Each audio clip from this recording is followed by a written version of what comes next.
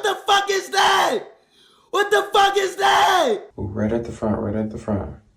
There we go. I recommend like once a month, honestly, just because obviously some earwax is good, but you don't want to have an overproduction of earwax in your ear. That's where this is going to help you out.